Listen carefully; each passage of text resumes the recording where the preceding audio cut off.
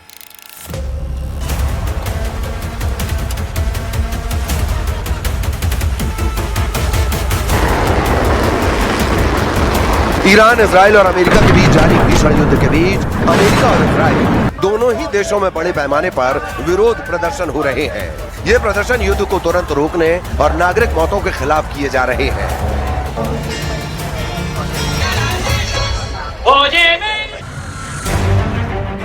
America और Europe में no Kings रैलियों के तहत लाखों लोगों ने राष्ट्रपति डोनाल्ड ट्रंप की नीतियों और ईरान युद्ध के खिलाफ प्रदर्शन किया। ईरान के साथ युद्ध को लेकर पूरे अमेरिका और यूरोप में अमेरिकी राष्ट्रपति डोनाल्ड ट्रंप का कड़ा विरोध हो रहा है। नो किंग्स रैलियों में लाखों लोग इकट्ठा हुए और ट्रंप के उठाए गए कदमों का विरोध किया। मिनेसोटा इन प्रदर्शनों का मुख्य केंद्र रहा। सेंट पॉल में मिनेसोटा कैपिटल के लॉन और आसपास की सड़कों पर हजारों लोग कंधे से कंधा मिलाकर खड़े थे। कुछ लोगों के हाथों में अमेरिका के उल्टे झंडे थे, जो ऐतिहासिक रूप से संकट का संकेत माना जाता है। अमेरिका में इस समय नो किंग नाम से एक ऐतिहासिक विरोध प्रदर्शन चल रहा है, जो 28 मार्च से शुरू होकर आज पूरे देश में फैल गया है। अमेरिका के सभी 50 राज्यों में लगभग 3,300 से अधिक स्थानों पर रैलियां निकाली गई हैं। आयोजकों का दावा है कि यह अमेरिकी इतिहास का सबसे बड़ा एक दिवसीय राजनीतिक लामबंदी हो सकती है। प्रदर्शनकारी राष्ट्रपति ट्रंप की युद्ध नीतियों, तानाशाही रवैये और अप्रवासन के खिलाफ आईसीई की कार्रवाई का विरोध कर रहे हैं। No kings, no ICE, no war, यानी न कोई राजा, न कोई आइस, न कोई युद्ध, ये नारे ट्रंप के खिलाफ लग रहे हैं। मिनेसोटा में हुए प्रदर्शन में ब्रूस स्प्रिंगस्टीन और बर्नी सैंडर्स जैसी हस्तियां शामिल हुईं, जबकि वॉशिंगटन डीसी में लाखों लोगों ने व्हाइट हाउस के पास मार्च किया। अमेरिकी आयोजकों का अनुमान है कि नो किंग्स रैलियों के पहले 2 दौर में जून में 50 लाख से ज्यादा और अक्टूबर में 70 लाख लोग शामिल हुए। इस हफ्ते उन्होंने पत्रकारों को बताया कि इस बार उन्हें 90 लाख लोगों के शामिल होने की उम्मीद है।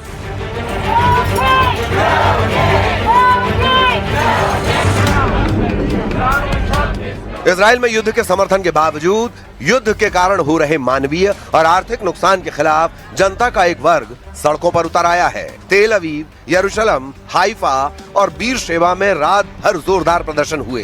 तेल अवीव और हाइफा में प्रदर्शनकारियों और सुरक्षा बलों के बीच तीखी झड़पें हुई। पुलिस ने अब तक 21 से अधिक प्रदर्शनकारियों को गिरफ्तार किया है। इजराइल में होम फ्रंट कमांड ने सुरक्षा कारणों से 50 से अधिक लोगों के इकट्ठा होने पर प्रतिबंध लगा रखा है, लेकिन प्रदर्शनकारियों ने नियमों को तोड़कर रैलियां निकाली हैं। प्रदर्शनकारी सरकार से युद्ध विराम और ईरान के साथ शांति वार्ता की मांग कर रहे हैं। उनका कहना है कि ये युद्ध इजराइल की सुरक्षा से ज्यादा राजनीतिक हितों के लिए लड़ा जा रहा है।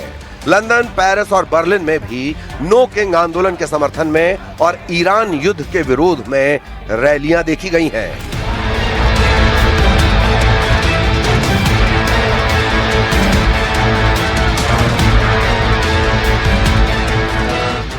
अब इन हालात में देखना होगा कि आने वाले दिनों में ईरान युद्ध में क्या क्या होता है और किसका पलड़ा भारी रहता है।